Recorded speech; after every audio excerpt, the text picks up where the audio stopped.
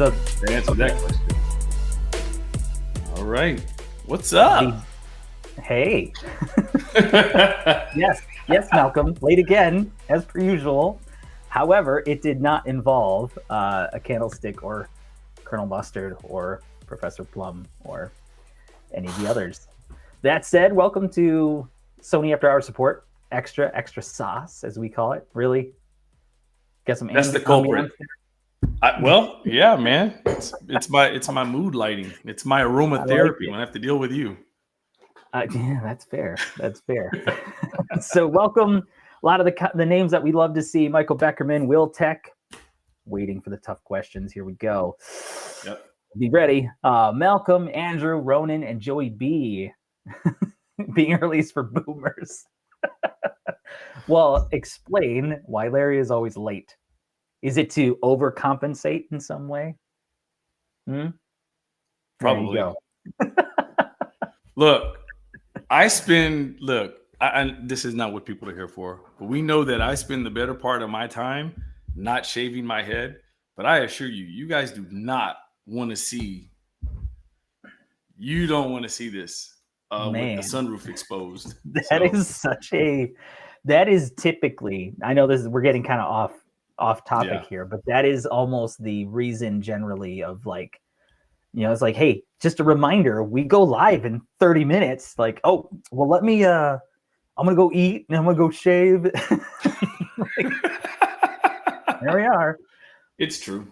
That's all right. We're good. Anyway, we're good. So here is what we are doing today and on the normal show for those of you who may not be familiar with what we're doing here. Sony After Hours Support, we're here to kind of just talk to our fans and customers and engage anybody who wants to hang out with us and answer any questions you might have about some product. We'll support in any way that we can.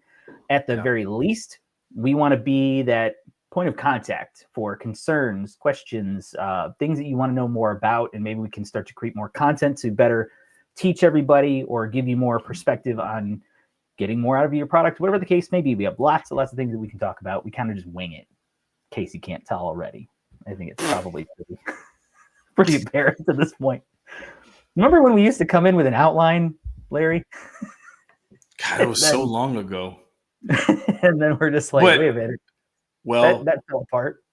I blame that on the good people in the chat. Yes. 100%. All in a good way. All in a good way, because we would come with a well-crafted outline with 8 bullet points of things we wanted to talk about on a 30-minute show, and we would get through 2 of them. So yeah. It's like, why are we even worrying about that? Let's talk to the people.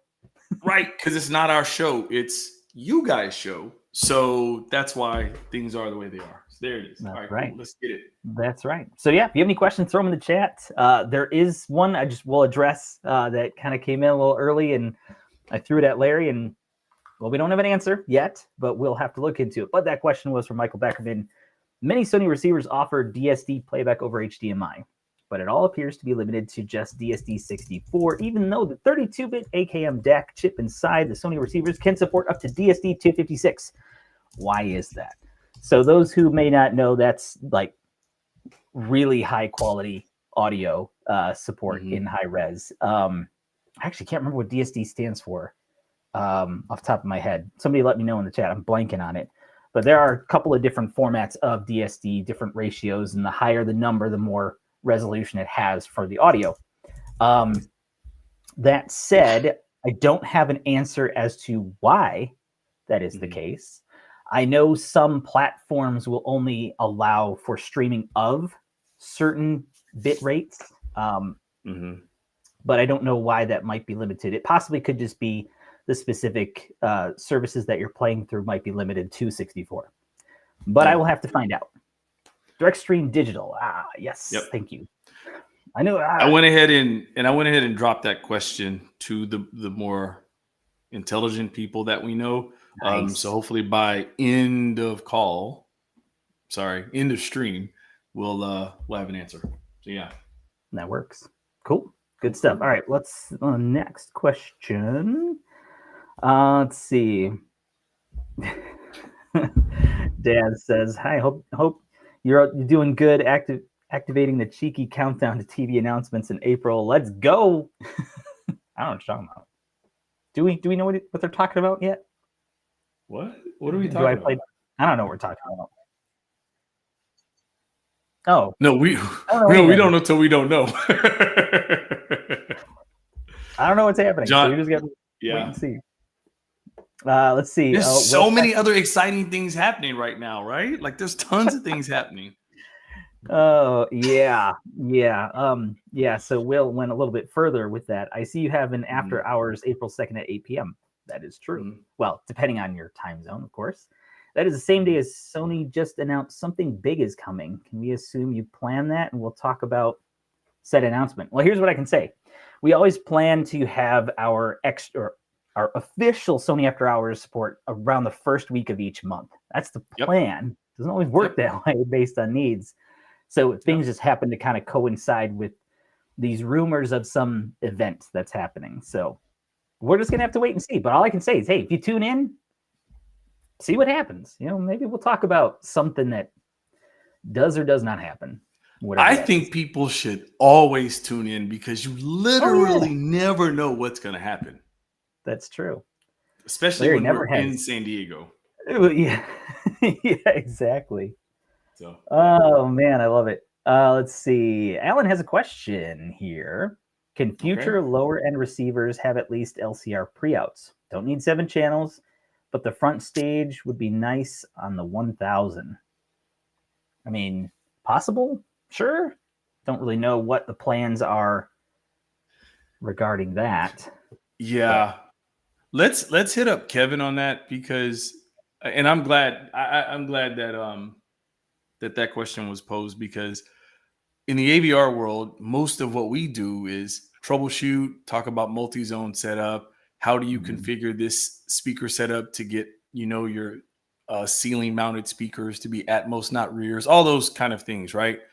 But recommendations on changes on AVR is something that we don't hear a lot of. So that is good for us to take back. Now, the life cycle on AVR products just in the industry is kind of a long process, right? So, we'll make the recommendation now and sometime around 2032, it may be put in place. No, I'm kidding. Yeah. Yeah, I mean, we'll see, but that is a really good point that we don't often hear a lot about wishes on AVRs in general, what people would like to see. So all feedback is good feedback. So we'll take that for sure. Malcolm mentions, can't wait for the new 8K sensor to hit the Alpha 7 S4. Well, I don't even know what's happening with an Alpha 7 S4. I would love to see what they do next for anything imaging. I always get excited about, I'm not a photographer by any means. I mean, aside from the fact that I do take pictures on occasion, I actually just recently, I should have taken a picture for that. So I did get a pretty nice telephoto lens recently.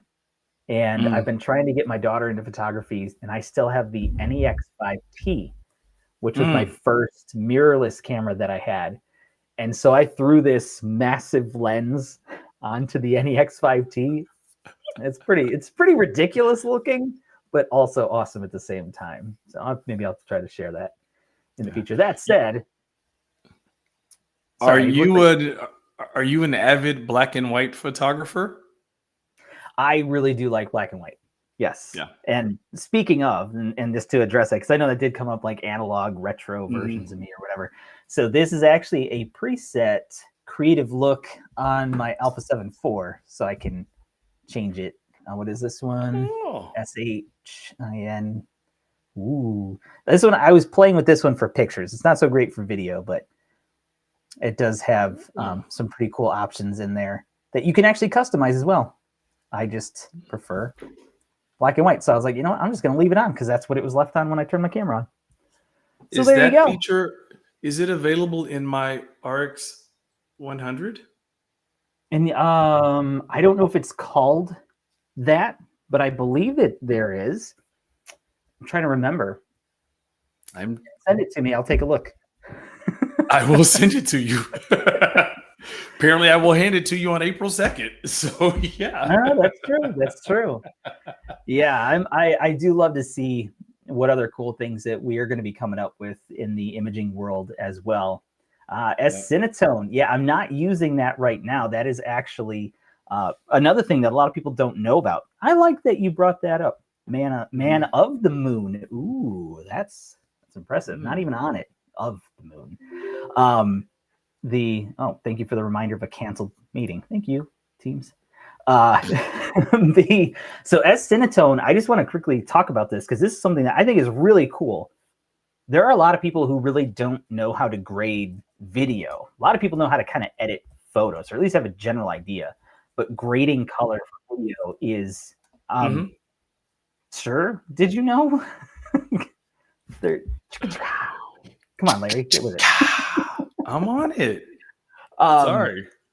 Yeah, so S-Cinetone is sort of a way to simulate some of this professional style grading, but it's all done within camera, sort of simulates it. So you don't actually have to do anything in post, which is really cool. If you have a Sony camera and you want to check it out, if your camera happens to support it, it is a picture profile, specifically PP11, picture profile 11, which should be the default for that. Now, if you're not sure, because at least that is for the 7, I know maybe some of the older cameras might not have as many picture profile options. So you could always check the Sony support site, look at the digital manual, and it'll tell you which one will be S-Cinetone. But very cool. Yeah, Malcolm says it should be in the RX. I also believe that. I think it might be under a different name, but it should be there. I will turn it on and look. You know what's interesting? I talk a lot. Everybody knows this. Everyone around me is like, dude, you talk a lot. Shut up. But when you start talking about cameras, that is the one thing that silences me. I don't know if you've noticed that. I don't know if you guys have noticed that. If you ever want Larry to be quiet, talk about cameras. I go from talker to intent listener. I think there's often a moment though where you kind of be like, well, isn't if you actually adjust the aperture to precisely 1.2, it changes your depth of field to approximately 3.2 inches based on the angles. And it's like, okay, yeah, Larry, you don't know anything about cameras. I know three areas of photography. None of them coincide with each other. But yeah, when I find my moments, I like to remind people that I know a little bit, but not a lot. So anyway, all right. Joey B had a question. Oh, he did. I'm sorry, I missed it. Well, not a question. Joey B had a comment. Joey B said, WFC 710N in transparent blue looks hella nice. I can confirm that statement. Yeah, that is a release radar. So okay, that was a guess. So we did announce that product, right? Because I hope so. The video went out yesterday. Okay. Sometimes we know about things, but when Joey B dropped very specific things about transparent blue, listen, Joey, here's the story. The transparent blue is sick. When we were recording the content at our studio for the video, there was pink, there was white, there's black, there's transparent blue. I tried everything in my power to swipe that transparent blue. I mean, I tried an inside pocket. I tried back pocket. I tried every pocket in my jacket. And then we received a team's message saying that select one color, not transparent blue, to take with. So I, fortunately enough, ended up with white. I don't know if you guys can see this. There you go. And to answer, I believe Andrew's question about what is that, I'm assuming it might be what is the C710N, because it's naming conventions aren't always super obvious, but that's what they are. Yeah. So for those that don't know, and our names are terrible, right? But WF stands for wireless free. So that will be our true wireless earbuds. And then C series is definitely sort of the category in which it's in. This is the 710 and this is the 510. If I can get those up, I don't know how. There we go. So 510 up top, 710 in here. And the difference between those, as the number goes up from 510 to 710, obviously there are improvements in sound quality. sometimes processor, sometimes those things. But the most important thing is the way it ends. The last part of the model name. So these are 710Ns. That last N stands for noise canceling. So it is equipped with noise canceling, and it has 2 microphones that support the noise canceling feature. This is our entry level noise canceling earbud, and dude, I've been enjoying them a lot lately. I've been sort of testing them out. I was telling Derek about our lineup of earbuds. I literally have an earbud for every occasion, which is cool, right? But these two, I love both of these earbuds. And the 710N is sick. White looks good. Transparent blue is a must-have. Pink, it's nice. Don't judge. And of course, the go-to in black. But anyway, so 4 colorways, depending on where you choose to buy them from. Some colors may not be available, but yep, they're nice. All 4 available, though, if you buy direct from Sony at electronics.sony.com. And I can almost guarantee you that the link to that site is tagged in a description somewhere. If not, it will be in the chat. There it is. So there you go. Cool. All right. Love it. I like it. Good explanation. And yeah, we've had some very positive feedback on it so far too, which is awesome. Yeah. It's dope. Love to see that. Yep. Let's see. Really quick here. We got Will coming in hot again. He's back. All right. Yeah, man. Why do your TVs, when they detect a Dolby Vision signal, force you to watch in Dolby Vision? Why can't the user switch back to HDR easily instead? Some shows, movies look better in HDR over Dolby Vision. Why that is an interesting question. I don't know if I have an answer for why that decision is made. Honestly, we don't often have details on why a decision might be made, but do you have any speculations on that? You're asking me, right? Well, yeah. I don't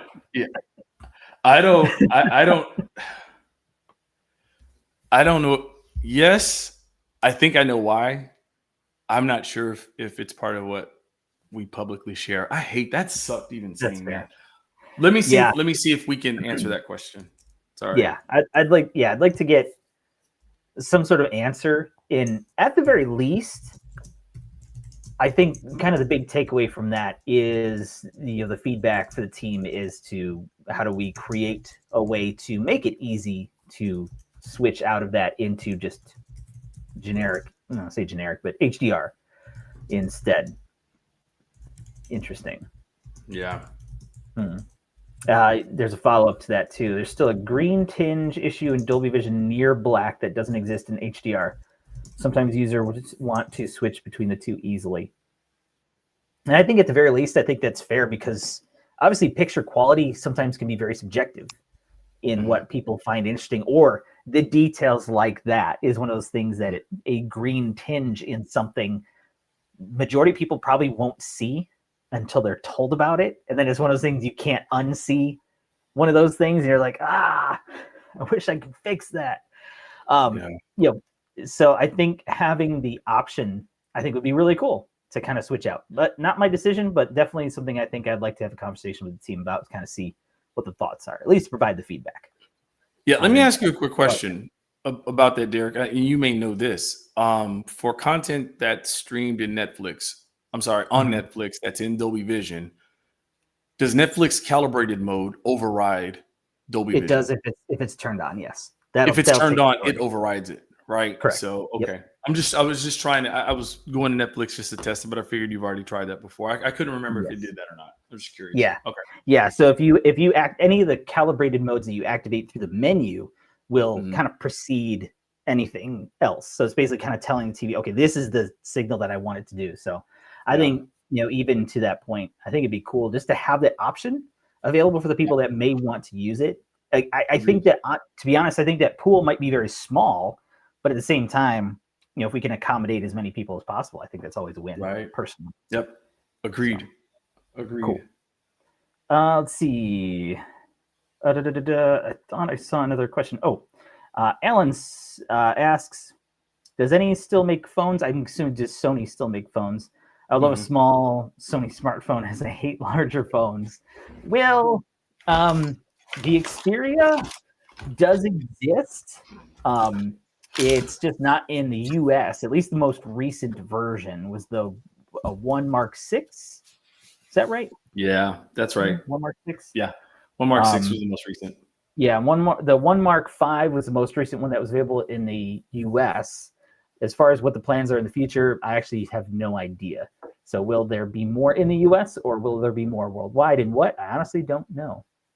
Ooh, what you want to kind of add some context there, Larry? I literally have no idea what phone this is. I know how long it's been in my office drawer.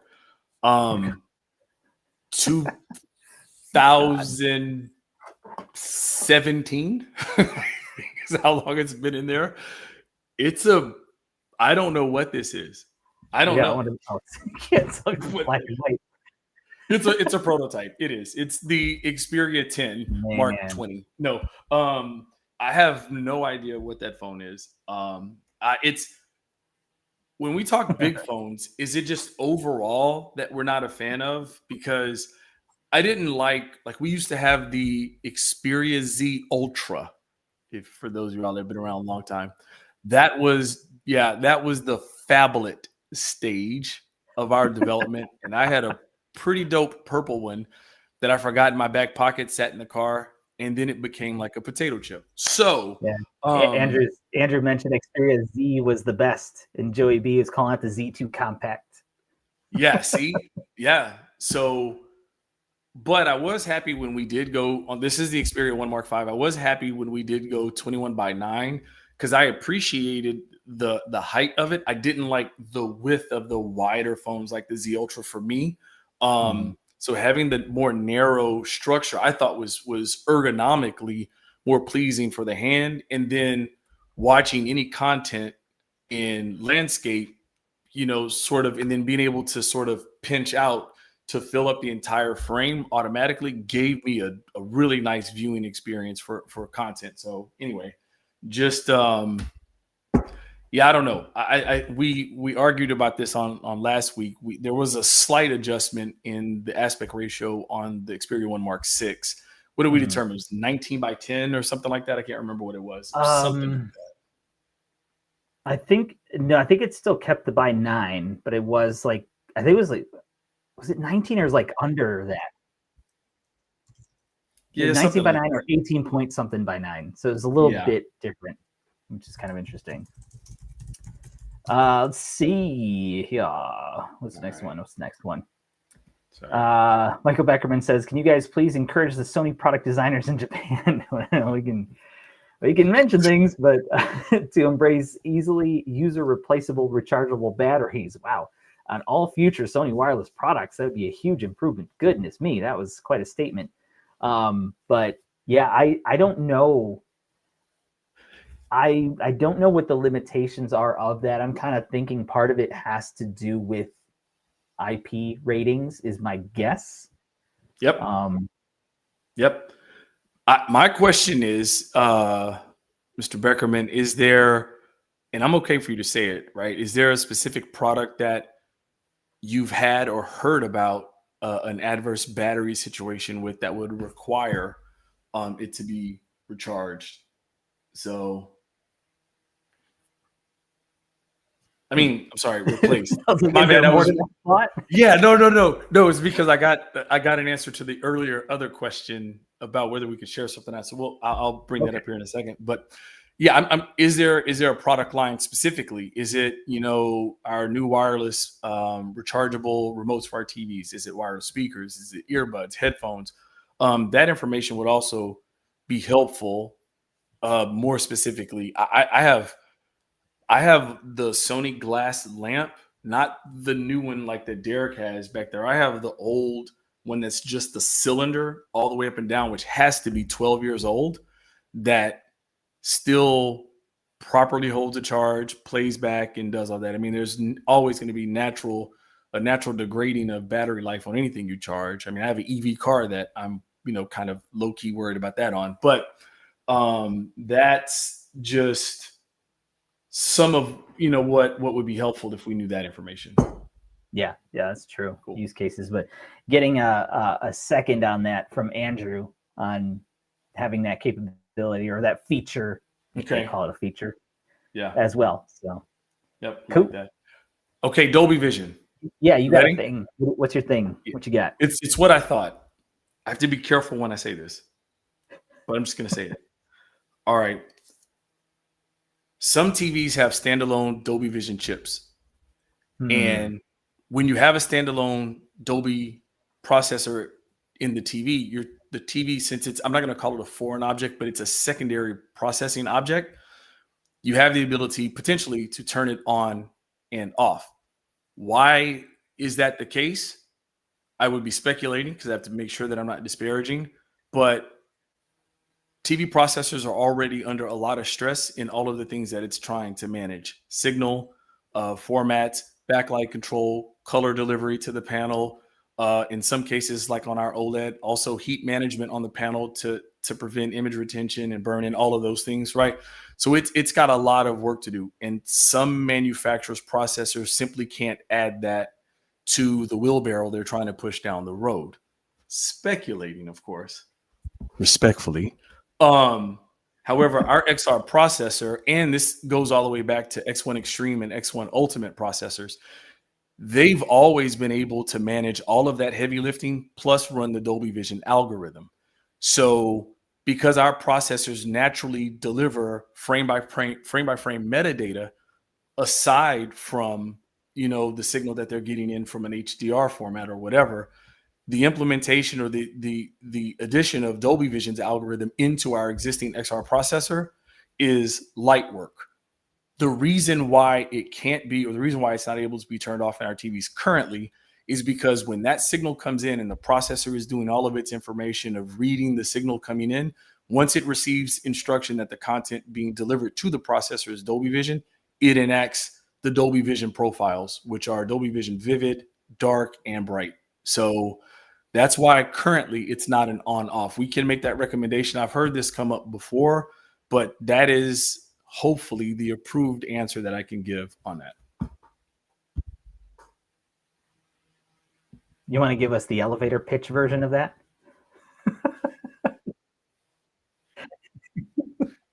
No, Derek, because what I just did is I just answered 3 follow-up questions already in that comment. Fair enough. I promise you I did. Okay, fair enough. Wow. Anyway. No, I can't give elevator pitches. Got to tell the story, man. I know, that's why I'm here. I'm your translator. You want to talk about camera again? No, not right now. Not right now. All right, so some good comments have come in. Robert Conrad is back. Welcome back. Good to have you back here, of course. Let us know if there's anything we can do. But I do have some emails from you that are still in the works. So I'll get back to you as soon as I can. Let's see.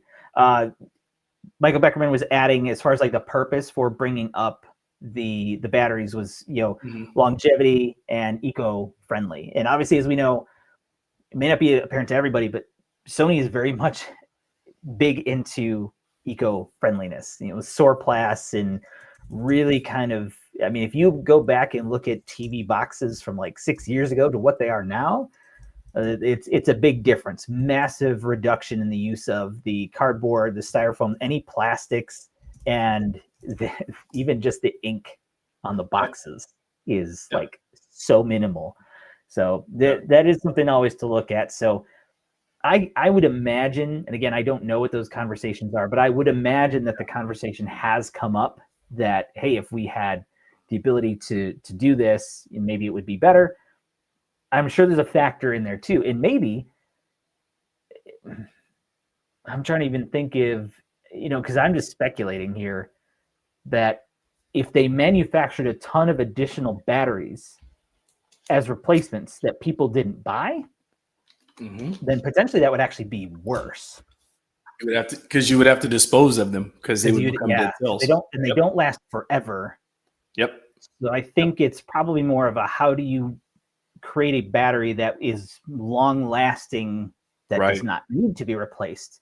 But I see the point, and I don't really know because I don't do the deep research on that sort of a thing. Yeah. But It's a fair question that I'm kind of curious about, and I don't know if we'll get an answer, but yeah, it is. I did some quick research though.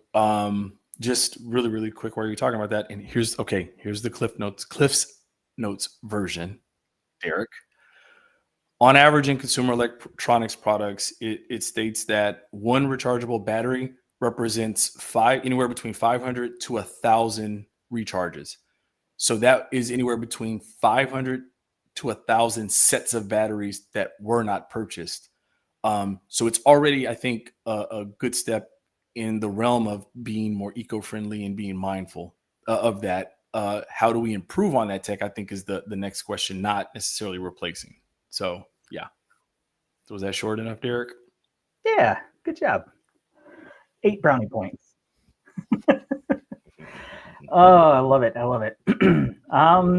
Yeah, so I think we could probably start wrapping up. It's a little bit quieter, and we got some stuff we got to hop to. But if you have any questions, let us know. And I do want to add this as well. A couple of things. If you are new and still with us, awesome. Thank you for being here. Feel free to throw in the comments just a hello, just so we can say hello as well. Subscribes and likes are always good to tell our boss that we have value in doing this, because we do like to do it. And there is also an email address that is in there probably. Yep, it is tagged in there too. So if you have more of an in-depth type of question that we really can't answer via a simple, you ask a question, make a comment, we reply, feel free to send us an email. Or if you just want to, just because, you're welcome to do so. What else do I need to? Oh, one-on-one consultation as well. Because there's actually somebody I went back and forth with quite a bit on the YouTube comments, and it was like, it's like I wish I could have just a conversation via just YouTube comments. But yeah, if that person is here, I know we did talk about one-on-one consultation, and I know it doesn't work for you, but if you are US based and you want to have a conversation to find out what the best Sony product is for you and what you're looking for, that is free 30 minutes to talk to somebody that's an expert that can help ask you the right questions and guide you in the right direction to make the right decision for what you're looking for. So throwing that out there as well. That is in the description, a link. Yeah. Hey, thanks for watching. See ya. No.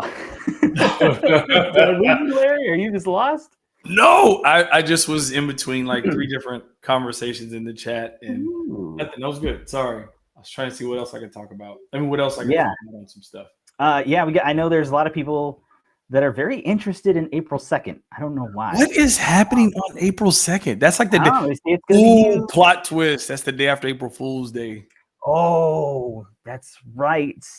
April Fool's Day is being extended this year, I heard. It has. Right? It's a 48-hour celebration this year. That's what it is. That's wild. I didn't know. They requested a one-on-one, but you guys have to do rock, paper, scissors. Well, here's the thing. Yeah. You wouldn't actually be talking to us. I did my time in that program and I made the videos. No, it's awesome. I did love being a part of that. It was very cool, but unfortunately, with all of the stuff that we have to do, you guys have the opportunity of joining us almost every week, semi one-on-one, but kind of. But yeah, still direct. Yeah. They never put me on that program. I'm pretty sure there's a good reason why. Yeah, maybe it's probably the it's limited to 30 minutes. Like, so like we still getting through the second question.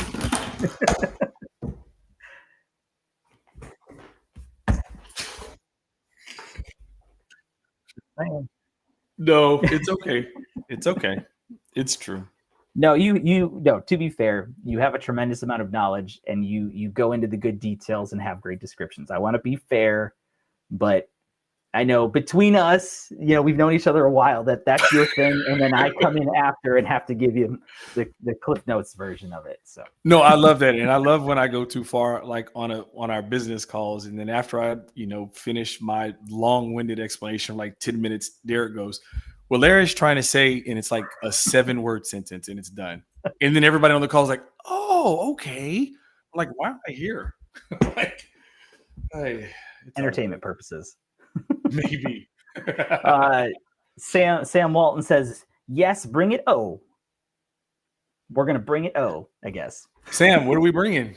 Let me know, man, so we can bring it. Let's bring it now. What do you want? The chaotic vibes of the show. What's wrong? Chaotic? Come on.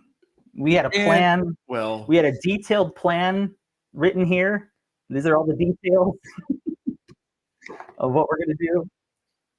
Here's the behind the scenes. I'm sorry. Here we go. Here I go. This will extend the show for sure. Okay. Oh boy. We do live in a world of chaos, and one of these days we should do just a behind the scenes capture of like our prep before shows, but more importantly, what we go through to produce our product videos and our how-to videos that we do, the outtakes, and let me tell you, you guys would thoroughly enjoy that content. The numbers of beeps and stuff you would hear would be awesome too, but man, we live in a chaotic world.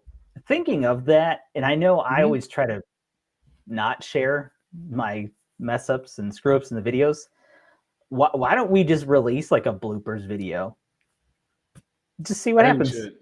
Because I what I like about what we do here in the chaotic vibes, like this is the reality of our conversations. Like this is not very different from what we're doing. The only change is we have to censor what we say, that things we can't say in a public forum like this. But aside from that, yeah, this is pretty on par. But I think it would be kind of entertaining, and I'm okay to find a few of mine. I'm happy to say that I screw up all the time on the videos. So no, you're like April Fool's content. Hey, you know what? Can we do this, John? We'll put up a poll on the post tab, whatever it is, whatever it's called, and let's put a couple of options of non-product related videos that everybody would like to see, and then we'll keep just like an other blank and have people comment on anything else they would like to see, because I think that'd be cool. Yeah. I mean, if we're trying to connect, then there should be other aspects of everyone here's ability to connect with us and get to know us a little bit on a different level than just when we talk about product. Agreed. As dangerous as that is. Yeah, man. Oh man, Michael Beckerman. Yeah. You guys should do a surprise show on April 1st and have me filled with nothing but fake false info. Okay, so I think this was last year. We had some great ideas. Yes. Let's just say they were all not approved. Yeah, I mean, and some of them felt too much close to reality that different product teams were like, don't do that. Please don't do that. So, yeah, it was very much a just like, are you serious? And we're like, yeah, it's going to be fun. It's going to be cool. They're going to react to it, and they're going to love it. Man, I really wanted to do one of those ideas so bad, kind of a play on something that some competitors are doing and taking it to this ridiculous level. And it would have been fun. I'm not going to say that. I'm not going to make any comments. I assume they can't hear you, John. Okay, good. All right. Yep. Anyway, Sam Walton was meaning the TVs is what we are bringing on. And Michael TVs are coming. Says it's been brought in. Yeah. The reality is the TVs are coming, right? Like at some point there will be an announcement. Something's gonna happen. Probably. Something. More than likely. Will Tech says I can see the blooper now. Video cut to black. They show Derek, that awesome guy, Will Tech.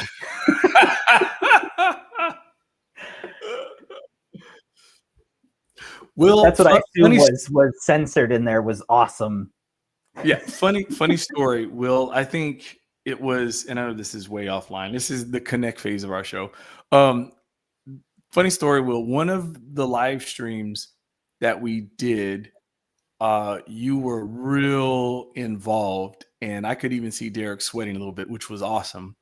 And we had to film some content later that day, and in the content there was going to be a fictitious person in that video, and that fictitious person's name was Will the Tech Insider. Like, and it was because you were so heavy on our mind. It's like, yeah, this dude is going to play a part in this video and he's going to love it. But that video was unfortunately not approved. So, yeah, it never came out. So, but all right, we got a question. Just came in. Tony Sack. A95K with HDA9 TV as center speaker. In sound test in HDA9 menu, TV sounds weaker than front speakers of HDA9. If I set equalizer of TV to 1 or 2, for example, it is okay. Should all 3 be the same? I don't know why I had a weird accent in there. It should be okay. I mean, the challenge is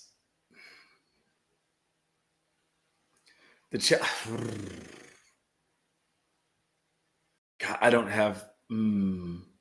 I have both those products, and neither one of them are connected to each other.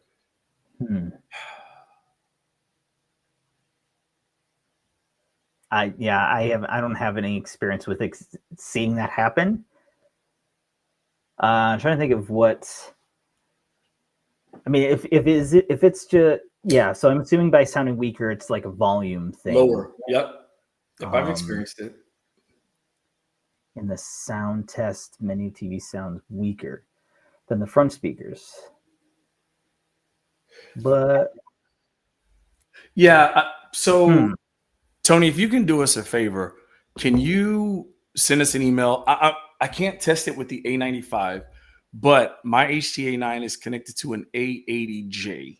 So at least OLED to OLED. I'm hoping JK, the acoustic center sync, isn't so different. Let me at least test it and play around with it on that, while we'll also reach out to the product team, see if they have any insight on that. But can you send us an email so I can respond back to you on that one? Yes. Derek, I will respond back. Wait, what? I'm sorry? Shocking. Say that again? In a publicly recorded place where I can bring it up? I will reply to Tony's email. All right, Tony, I'll reply back as soon as I can. Oh, goodness. Yeah, no, we'll get it said either way. For sure, we'll find out the answer, and one of us will definitely reply to that as well once we get kind of a better idea. But now, it's a good question. I have to. I got to be the one now. Obligated. Yep. No worries. All right. Let's wrap up. Anything else we missed? I feel like, did we talk about everything else? Did we? We didn't come with a plan. We don't. No, but I'm just thinking about product releases. Has everything been announced that we can talk about? Yeah. Okay. At this time. Okay. Yeah. All right. The future has many more things, so make sure you stay subscribed and like the video and follow us and join us next time and the time after that, because there may or may not be new things to talk about in the future, ongoing from now till whenever. Listen. If you are looking for a wireless speaker, if you're looking for a small, compact wireless speaker that sounds bigger than its size, tell me. Please. Listen. That thing is awesome. Can we go into more detail on it? Can we leave this as a cliffhanger if you want to learn more? Yes. Tune in next time. If you want to know, Derek was like, on this, just me talking about it. Because you look at it, it looks like a very unassuming whatever. Hey, to be fair, you didn't tell me all the awesome stuff until I started asking. I know, because it would have taken me 3 hours to explain one feature. But I'm telling you all, Derek and I were sitting at the desk while we were in San Diego, and we started messing around with this because I think Derek did a video on it. It's not coming out, but he did a video on it. Anyway, right? You did a video on this. You did. Hey, if you buy one, you may see Derek's video. Anyway, but we started playing around with the features and really digging into this, plus the Sony Sound Connect app. Shameless plug. Download apps. It is a cool speaker outside of it just sounding incredible. So Link Buds speaker is what this is called. This is the Link Bud speaker. It's awesome. And it does so much more that you'll have to tune in next time to find out more about, because there's so much. There it is. There it is. Because that's really what we want to talk about on April 2nd. Everybody's excited. That is kind of the big thing, is to talk more about these features that we learned about a Link Bud speaker. That is going to be the meat and the potatoes, or the tomatoes and the kale if you are not somebody who eats meat. Have you figured out why potato and tomatoes have ESs on the end of them yet? It has something to do with, I did look it up. I don't remember what it was offhand. I didn't do deep research on it, but I did look up, and it was something to do with it being sort of an older versus a more of a newer term with avocados and not having the ES. And anyway, that said, thank you all for being here. I appreciate it. True Words had a question. Oh, True Words has a question. You need to answer that. When is the 2025 TV lineup getting released? Yeah, tell them, Derek. I don't know, but I'll tell you the best way to find out. Yeah, go to a full screen of Derek. You in there? Yeah. Derek, what you need. What? Let me talk, please. Go ahead. So I can't share anything right now, but the best way to be in the know is to subscribe to this channel. Like is always good. We appreciate that. And then come hang out with us next week, and maybe we'll have more information. Okay. That said, actually interesting, Derek. No, it's actually. Thank you for saying that I said something of interest in the entire day. That wasn't as safe. No, that wasn't as safe as an answer as I thought you would give. You know what your normal response to that is? I don't know. Yeah, I don't know. I don't know the answer to that question that I can say publicly. Just to comment this, Joey B said the WHCH720 wasn't mentioned today. It was now. So everybody be good to each other. Take care. Be well. Join us next time, and let us know if you have any questions in the meantime. Send us an email. Send comments into the video after it's live as well. We'll do our best to respond to any and all of that. We'll see you next time. Larry? I'm dumbfounded by Will's last comment. Hey, thank you guys. I'm sorry. I was reading Will's last comment. Anyway. According to Sony's website, what are you talking about? That's what I'm saying. Where is this? Yeah. I'm looking this up. Yep. Hang on. Just bear with us a second. I'm looking now. I don't see anything, because I want to know when they're coming out too. Oh, what are you sending? John, you're sending us something? Am I? Which feed? Wait, what? Oh, okay. Did I miss something? I don't know. I'm eagerly awaiting to hear what this is. I'm confused. John, did you say you had something? Okay. All right. Well, I don't know. So I don't know, Will, if you got your crystal ball or whatever, but that's cool. We'll be looking forward to seeing if that's true, and we'll see you next time. Okay, bye. Peace, peeps.